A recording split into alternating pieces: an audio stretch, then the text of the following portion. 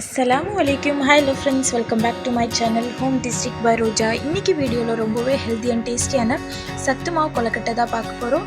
இது நமக்கு தமிழ்நாடு கவர்மெண்ட்லேருந்து கொடுக்குற சத்து மாவே தான், அங்கன்வாடியிலேருந்து கிடைக்கும்ல அந்த சத்து மாவு. இதை வச்சு எப்படி சூப்பரான கொலக்கட்டை செய்யலாம் தான் பார்க்க போகிறோம். வாங்க எப்படி செய்யலான்னு பார்த்துடலாம். அதுக்கு ஃபஸ்ட்டு ஒரு பவுல் எடுத்துக்கலாம். பவுலில் உங்களுக்கு தேவையான அளவு சத்து மாவு சேர்த்துக்கோங்க. அடுத்து இதில் 3லேருந்து 4 ஏலக்காய் தட்டி சேர்த்துருக்கேன். உங்கள்கிட்ட ஏலக்காய் தூள் இருந்தால் அதை நீங்கள் சேர்த்துக்கலாம். அடுத்து 2 ஸ்பூன் நாட்டு சர்க்கரை சேர்த்துருக்கேன், ப்ரௌன் சுகர்.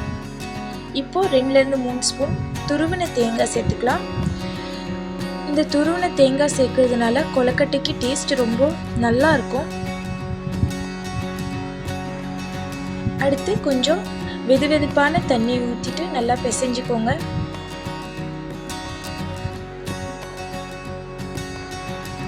இந்த மாதிரி பிடிச்சா கை ஷேப்புக்கு வரணும். இதுதான் பர்ஃபெக்டான பதம். அடுத்து இட்லி தட்டில் கொஞ்சம் எண்ணெய் ஸ்ப்ரெட் பண்ணிவிட்டு நம்ம ரெடி பண்ணி வச்சுருக்க சத்து மாவு கொலக்கட்டை அதில் வச்சிடலாம்.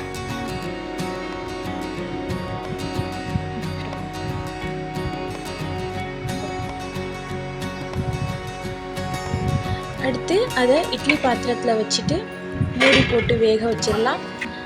5 நிமிஷம் போதும் ஃப்ரெண்ட்ஸ். ரொம்பவே டேஸ்டியான சத்து மாவு கொலக்கட்டை ரெடி. உங்களுக்கு என்னோட இந்த ரெசிபி பிடிச்சிருந்துச்சுன்னா லைக் பண்ணுங்கள், ஷேர் பண்ணுங்கள், மறக்காமல் சேனலை சப்ஸ்கிரைப் பண்ணுங்கள். தேங்க்ஸ் ஃபார் வாட்சிங்.